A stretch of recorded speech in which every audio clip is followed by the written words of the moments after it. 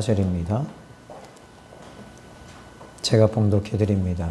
그 후에 11 제자가 음식을 먹을 때에 예수께서 그들에게 나타나사 그들의 믿음 없는 것과 마음이 완악한 것을 꾸짖으시니 이는 자기가 살아난 것을 본 자들의 말을 믿지 아니함일러라. 아멘. 이 세상에는 사람이 두 종류가 있습니다. 믿는 사람과 믿지 않는 사람. 근데 신자에게도 영적인 신자와 또 육적인 신자가 있습니다. 한때는 그래서 육적인 신자를 향해서 썬데이 크리스찬이라고 말하기도 합니다. 이 영에 속한 사람들은 거듭난 사람이죠. 자, 그러면 믿는 사람과 믿지 않는 사람은 분명히 차이가 나는데, 분명히 신자라면 주일날 이렇게 와서 예배를 드립니다. 그렇지만은 예수님이 살아계심을 확실히 믿는 사람은 예배가 달라요. 자, 오늘 성경 본문의 말씀을 보시면은 제자들은 다 예수님 믿는 사람들이에요. 분명히 예수님 믿는 사람들입니다. 그런데 마가복음 16장 11절에 보니까 그들은 예수께서 살아나셨다는 것을 마리아에게 보이셨다는 것을 듣고도 믿지 아니하니라. 13절에 두 사람이 가서 남은 제자들에게 알렸으되 역시 믿지 아니하니라. 14절에 그들의 믿음 없는 것과 또 14절 끝부분에 자기가 살아난 것을 본 자들의 말을 믿지 아니함이로라. 16절에 믿고 세례를 받는 사람, 17절 믿는 자들에게는. 지금 이 제자들은 분명히 예수님을 믿는 사람입니다. 예수님이 공생애 동안에 죽은 자를 살리는 나사로가 살아나는 것도 봤습니다. 문둥병이 치유되는 것도 봤습니다. 안전뱅이가 일어나는 것도 봤습니다. 또 두 눈이, 맹인이, 소경이 눈이 뜨는 것도 봤습니다. 혈류병 여인이 치유되는 것도 봤습니다. 풍랑이 잔잔해지는 것도 경험했습니다. 오병이어의 기적도 여전히 체험했습니다.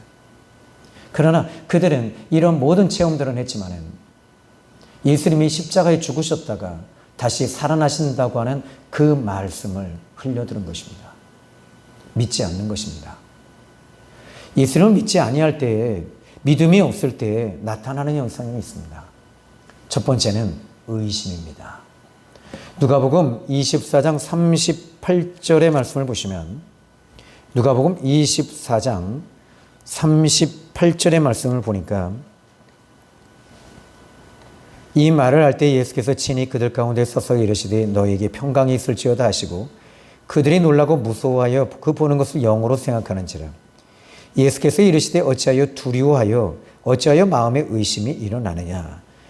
곧 여러분, 예수님이 살아계신 것을 믿지 아니할 때는 의심이 일어나는 거예요. 의심이 완전히 사로잡히게 됩니다. 그리고 근심하게 됩니다. 그리고 슬픕니다. 두렵습니다. 이것은 곧 세상 것에 완전히 사로잡힌 거죠.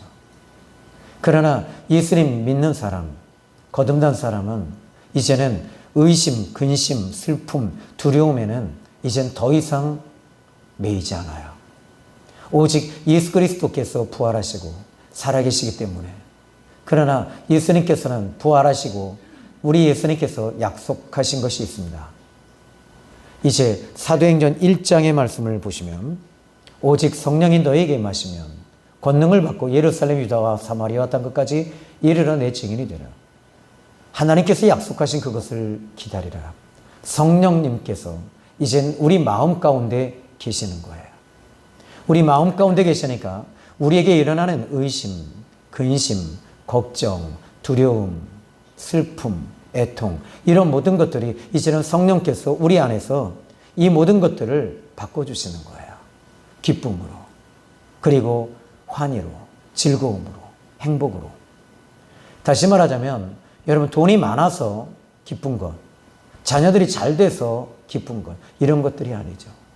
내가 비록 어렵게 살아도 내 안에 예수님이 계신 것, 이것을 경험하고 성령님이 내 안에 계시니까 이것이 기쁜 거죠. 이것이 축복입니다. 아무리 이 땅에서 잘 살면 뭐합니까? 내 안에 예수님이 없는데, 내 안에 예수님이 계시지 아니한데, 이런 사람들은 아무리 돈이 많아도 그 마음속에는요, 허점, 그리고 허갈, 기근, 기갈, 마음의 허무.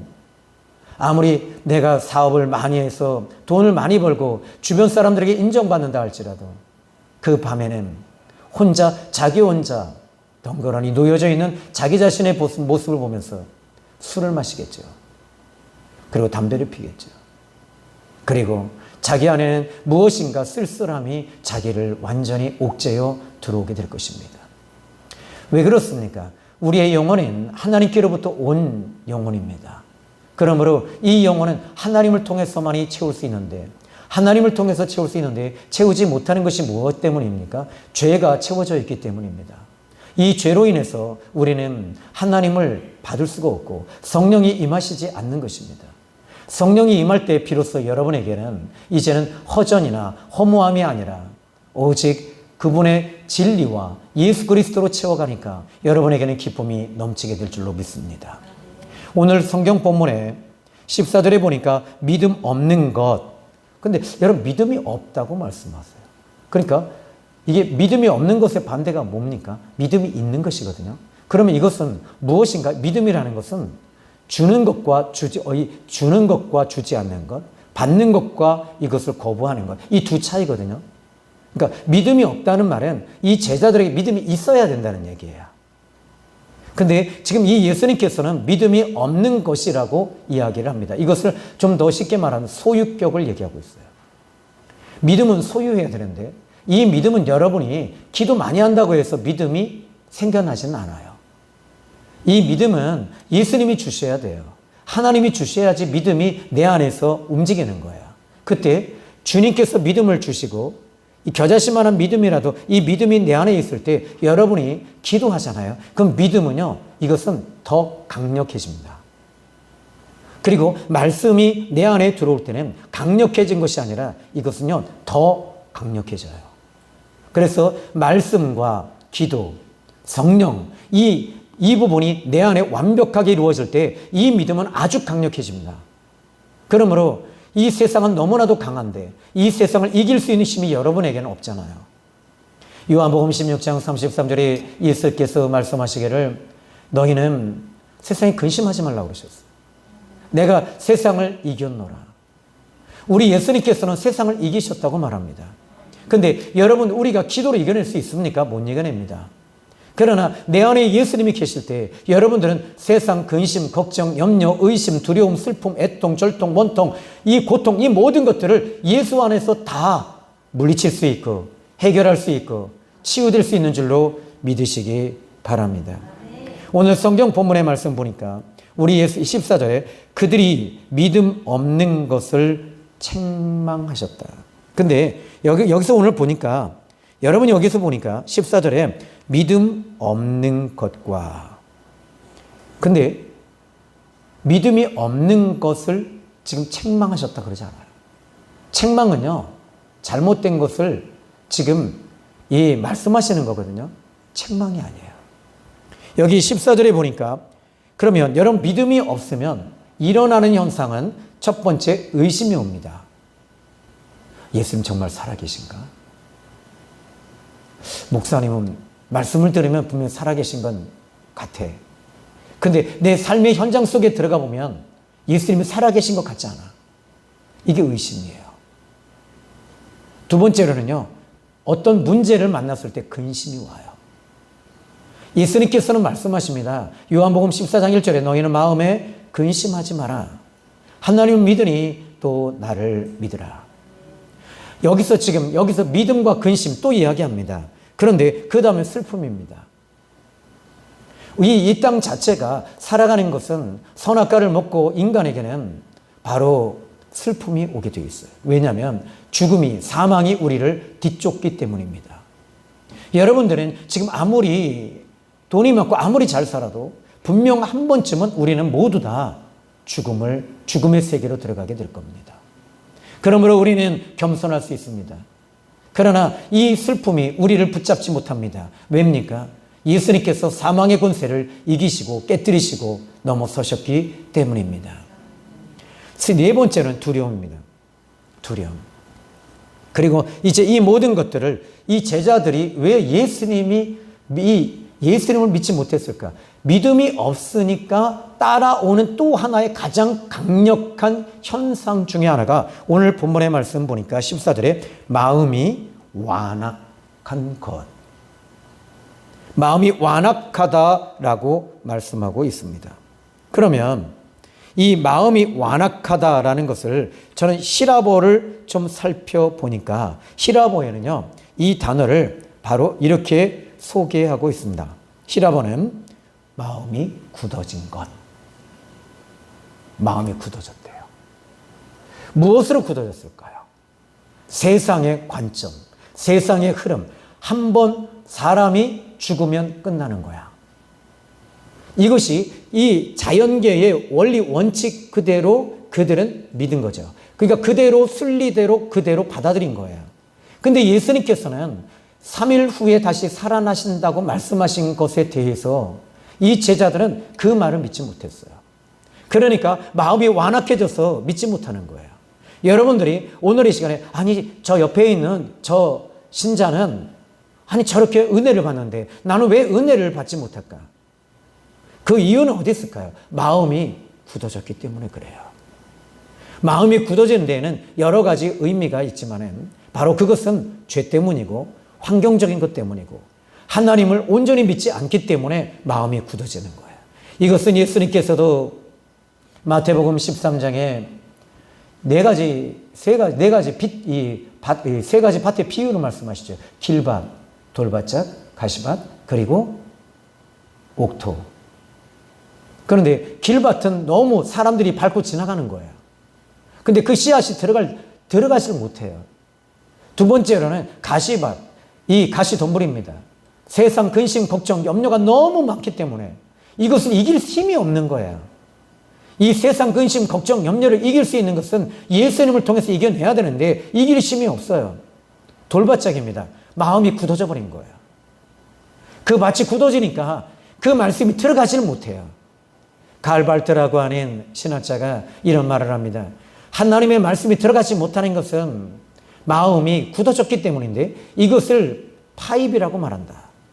파입이라고 하는 것은 파괴시키는 것을 파괴해서 들어가야 되는데 말씀이 심령 속에 들어가지 않으니 그들의 마음은 굳어지고 차갑고 세상 사람과 별반 다를 게 없다라고 이야기하고 있습니다. 근데요, 더 재밌는 게 뭔지 아십니까?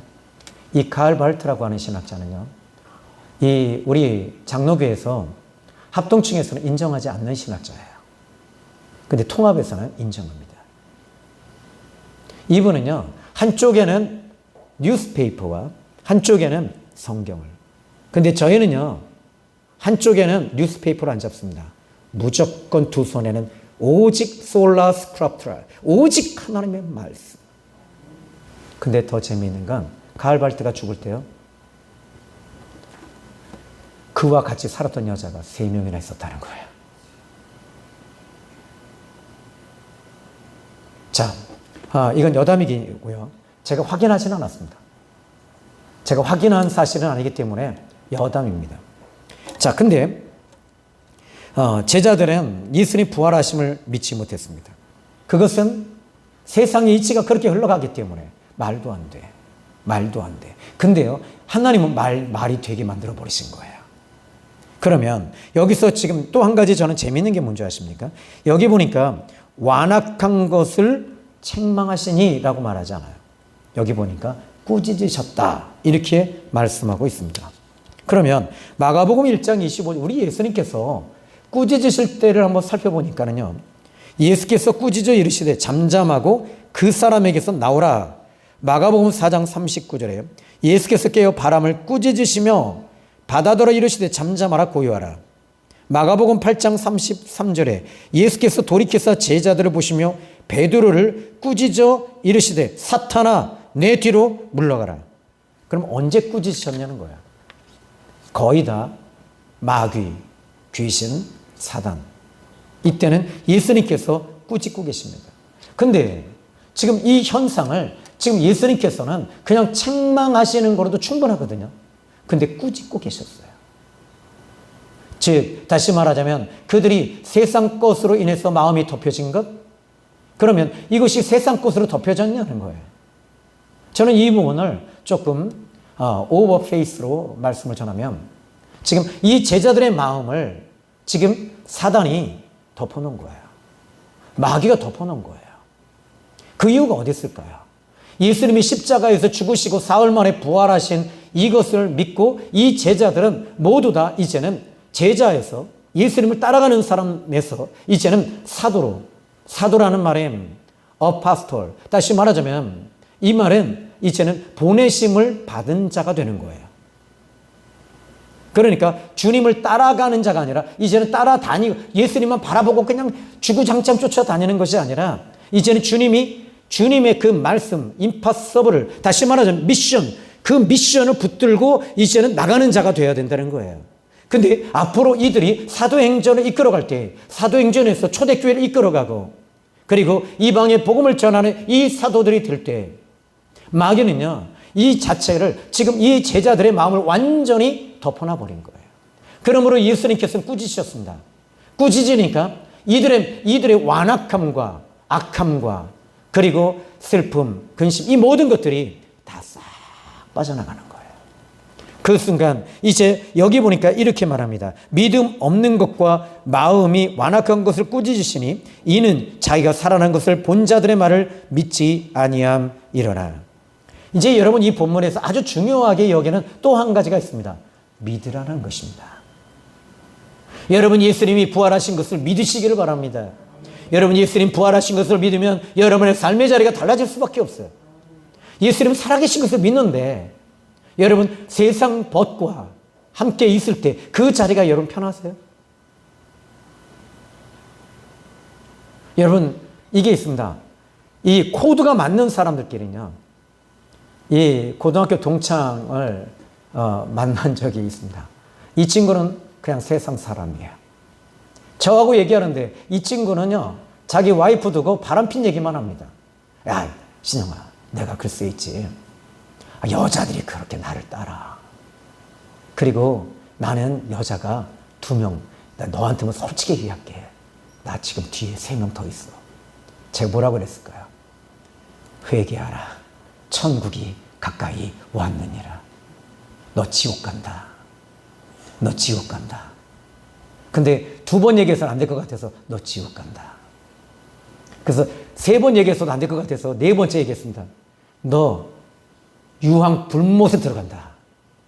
그때 신영이 너는 나하고 안 맞아. 그러는 거예요. 야, 그때 다른 녀석들은 뭐라 그런 줄 아냐? 야, 나도 좀 소개해줘라. 그래서 제가 그랬어요. 너 내 친구니까 내가 한마디 더 할게. 야, 이 미친놈아. 그랬어요. 너 미쳤어. 무엇에 미친 겁니까? 세상에 미친 겁니다. 예수님이 내 안에 계시면 어떻게 할까요? 바람 피라고 할까요? 우리 예수님 뭐라고 그러십니까? 회개하라, 정신 차려라 그러실 것 같아요. 자, 이제 여기 보니까 여러분 우리는 예수님이 내 안에 계시고 예수님 믿는 사람들은요, 가는 길이 달라요. 그리고 보는 게 다르고 먹는 게 다르고 장소가 달라요. 여러분들이 오늘 이 시간 이 자리에 와서 예배 드리는 것 자체는 여러분이 예수님 믿기 때문에 온 줄로 좀 믿습니다. 진짜 예수님 믿으니까 오늘 이 시간에 이 성찬을 하는 것도 예수 믿는 사람이 하는 거 아닙니까? 근데 여기 보니까 성찬에 대해서도 예수님께서도 뭐라고 그러십니까? 16절에 믿고 세례를 받는 사람은 구원을 얻을 것이요. 여기에 먼저 믿어야 되는 거예요. 믿지 않고 세례 받아봐야 무슨 소용이 있겠습니까? 예수님을 먼저 믿고 내 인생의 변화가 일어난 다음에 세례를 받을 때 그때 구원받는 거예요. 그냥 세례 받는다고 해서 구원받는 건 아닙니다. 자, 이제 예수님을 믿고 내 안에 예수님이 계시고 하나님의 은혜가 내 안에 있으니까 어떤 일이 벌어질까요? 제일 먼저요, 아까는 의심, 걱정, 근심, 두려움, 애통, 슬픔, 전통, 이런 거 너무 많아요. 레파토리가요. 종합 선물 세트가 너무 많습니다. 그렇지만은 예수님 믿으면 내 안에서 일어나는 것은 제일 먼저 일어나는 건 평강이에요. 평강. 2번째 일어나는 것은요, 기쁨이에요.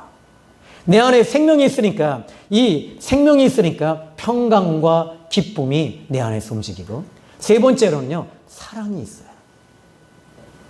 자, 이제 이 제자들에게 우리 주님께서는 이렇게 말씀하십니다. 17절 말씀 보십시오. 믿는 자들에게는, 근데 여기에 믿는 자들이라고 하는 이 단어를 좀 잠깐 보면요. 저는 이 말을 17절의 말씀을 좀 의역해 보면 좋겠어요. 믿는 자들에게만. 똑같은 의미인데 달라요. 믿는 자들에게만이라고 저는 의역합니다. 믿는 자들에게만, 이 말은 여러분 믿는 자들이라는 말을 저는 또 다시 다르게 해석해 보고 싶습니다. 예수님이 있는 사람. 여러분 안에 예수님이 있으면 어떤 일이 벌어질까요? 여러분 기상천외한 일이 벌어집니다. 근데 여러분 안에 기상천외한 일이 일어나지 않는 이유는 믿음이 약하거나 없거나 이쪽에 있는 거예요. 자, 믿는 자들에게는 이런 표적이 따르리니 라고 말합니다. 표적이 일어나리니가 아닙니다. 표적이 그냥 여러분 예수 믿는 사람 가는 데마다 표적이 따라다녀요. 여러분, 저는 여러분들이 이 표적이 따른다라는 말은 follow me라는 말입니다. 여러분들이 가는 데마다 표적이 일어나요. 가정에서도 표적이 일어나고, 또 이 교회에서도 표적이 일어나고, 직장에서도 표적이 일어나고, 또는 장 보다가도 표적이 일어납니다. 이런 표적이 여러분 예수 믿는 사람에게는 가는 데마다 이런 표적이 일어날 수밖에 없어요. 근데 그 다음에는 이렇게 말합니다. 그 표적이 따르는데 그 표적이 뭐냐? 내 이름으로 귀신을 쫓아내며. 그러니까 여기에 내 이름으로 귀신을 쫓아낸다. 새 방언을 말한다. 뱀을 집어도 무슨 독을 마실지라도 해를 받지 않는다. 병든 사람에게 손을 얹은 즉 나으리라. 이런 것이 계속 가는 데마다 따르게 되는 거예요. 그리고 이제는 19절에 우리 예수님을 향해서 이제는 이렇게 말합니다. 마가는 예수님을 향해서 주 예수께서. 여러분 이제 저와 여러분은 주인이 바뀐 사람임을 믿습니다. 그렇습니다. 여러분이 이제는 앞으로 이제 오늘 이 부활절 예배를 드리고 나가서 여러분이 주인이 될 수가 없어요. 예수님만이 나의 인생의 주인이십니다. 여러분들이 바람 필 때도 그렇게 물어보세요. 주인 되시는 예수님 바람 필까요 말까요? 그러면 뭐라고 그러실까요? 회초리 5개 가져와라 그러셔요. 우리 예수님께서는 여러분들에게 이제는 인생의 주인을 저와 여러분은 바꾼 사람이에요. 내가 주인이 될 수가 없어요. 내가 주인이 된 사람들의 특징이 뭡니까? 자기, 자아, 자존심 이런 것들이 항상 그 안에서 자괴심까지 내 안에서 일어나는 것입니다. 그러나 예수님을 인생의 주인으로 모시고 사는 사람들의 특징은요, 주님이 인도하는 대로 갑니다. 시편 23편 1절에 여호와는 나의 목자시니 내가 부족함이 없으리로다. 그가 나를 푸른 초장에 쉴만한 물가로 인도하라 시는도다. 여기까지는 좋아요. 그 다음이 문제예요. 사망의 음침한 골짜기를 다닐지라도, 여기에 사망의 음침한 골짜기로 인도하여 가실지라도 해를 두려워하지 않는다. 그 이유는 주께서 나와 함께 하심이라. 주님이 함께 하시는 겁니다. 26년도 앞으로 남아있는 이제 8개월이라고 하는 시간, 여러분 주님이 함께 하시는 그 모든 달수가 되기를 예수님의 이름으로 축원드립니다. 자, 이제 19절의 말씀, 20절 말씀 마저 풀고 오늘 본문의 말씀을 정리합니다. 이제 19절에 주 예수께서 말씀을 마치셨다.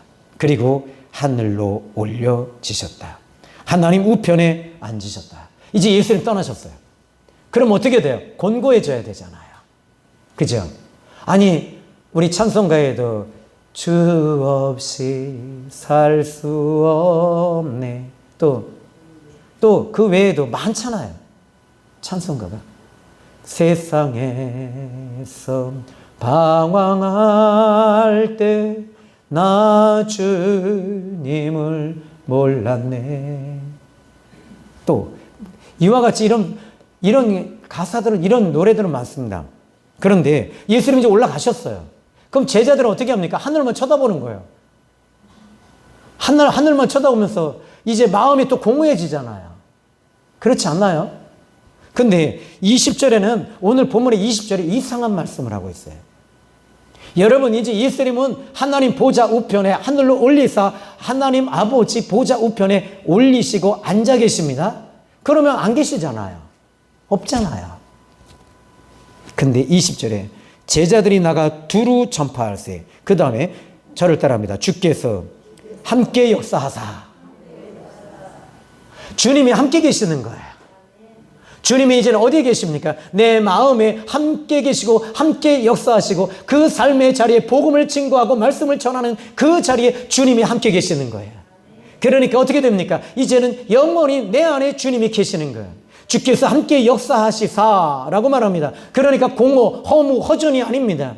여러분 안에 예수님이 계신 것입니다. 우울증이 올 수가 없습니다. 공황이 올 수 없습니다. 조울이 올 수 없습니다. 내 안에 예수님이 계시기 때문에 그래요.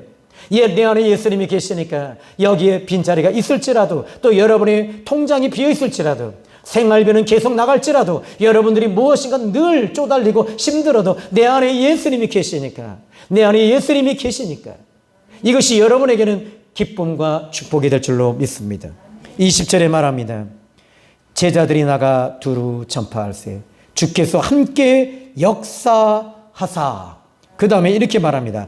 그 따르는 표적으로 이제는 그 따르는 표적이 따르기 시작했습니다.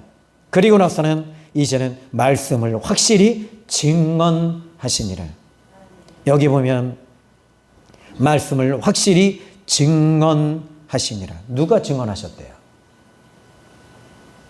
제자들이 증언하시니라? 아니잖아요. 예수님이 증언하신 거예요. 제자들이 말씀을 전할 때 주님이 함께 증언하고 계시는 거예요. 이게 뭡니까? 성령님이 내 안에 계시고 예수님이 내 안에 계신 것을 말하는 것입니다. 주님이 함께 계시는 저와 여러분이 된 줄로 믿습니다. 그러면 말 한마디, 행동 한마디, 그리고 여러분의 삶의 자리가 완전히 달라질 줄로 믿습니다. 오늘은 부활절입니다. 이 부활절의 의미를 부활절 예배를 드리고 갔다 안 드렸다, 새벽에 와서 예배 드렸다 안 드렸다, 이게 아니에요. 내 안에 예수님이 진짜 계시냐는 거예요. 이것부터 여러분들이 잡으셔야 돼요. 이거 잡지 아니하고 제가 만약에 그런다면 나는 새벽 2시부터 한 사람은 여러분 더 하나님께서 더 기뻐하셔야 되잖아요. 그러면 그래? 너 원래 이게 있답니다. 그 중세시대 때는요, 그 수도원의 수도사들이 제일 인정받는 게 뭔지 아세요? 금식하는 거래요. 두 번째는요, 잠 안 자고 기도하는 거래요.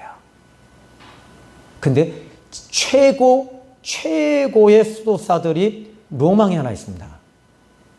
바로 자기 몸에 십자가에 못 박히신 선혈이 흔적이 나타나는 거예요. 피를 흘리는 거예요. 그럼요, 꼼짝 못 한대요. 그냥 모든 사람들이 다 인정한다는 거예요. 그런데 여러분 진짜 중요한 건 우리가 새벽 기도 했습니다. 안 했습니다. 안 하신 분들 찔리잖아요. 그게 아니에요. 그러면 저는요 1시부터 와서 예배 드리게. 그럼 또 한 사람은 더 열심히 해서 12시부터 예배 드리는 거예요. 그러다 보니까 이 사람은 11시부터 했대. 그러니까 10시부터 했대. 그러면서 뭐라 그래요? 난 그냥 살아. 여러분 이게 아니에요. 주께서 나와 함께 하사. 이것이 여러분 이 성경 본문에서는 지금 강조하는 것이 있습니다. 예수님 분명히 하나님 보좌에 올라가셨지만은 그러나 그 제자들과 함께 계시고 함께 역사하시고 함께 일하시고 함께 보시고 함께 느끼시고 함께 들으시고 함께 걸어가시고 함께 역사하시고 표적을 주시는 그 예수 그리스도를 믿는 부활절이 되기를 주님의 이름으로 축원합니다. 기도합니다. 하나님 아버지 감사합니다. 오늘 이 부활절 예배가 예수님 부활하신 것을 기념하고 상징하는 것이 아니라 이미 우리 안에 계시고 내 안에 계신 그 예수님을 믿고 따라가며 믿을 때 표적이 따르는 것 당연한 것입니다. 이제 주님 예수님 믿는 것으로 끝나는 것이 아니라 제자들에게는 만민에게 복음을 전파하라. 이제는 우리 주 예수 그리스도를 증언하고 증거할 때에 표적이 따르는 역사가 나타날 줄 믿습니다. 이제 이 부활절 예배로 끝나는 것이 아니라 내 남편, 내 아들, 내 딸, 그리고 주변에 있는 옆집, 앞집, 뒷집 모든 사람들을 향하여 예수님은 살아계신 그 예수 그리스도를 보여주고 나타내고 드러내는 우리 샘교회 신자들이 되게 하여 주시옵소서. 예수님의 이름으로 기도했습니다. 아멘.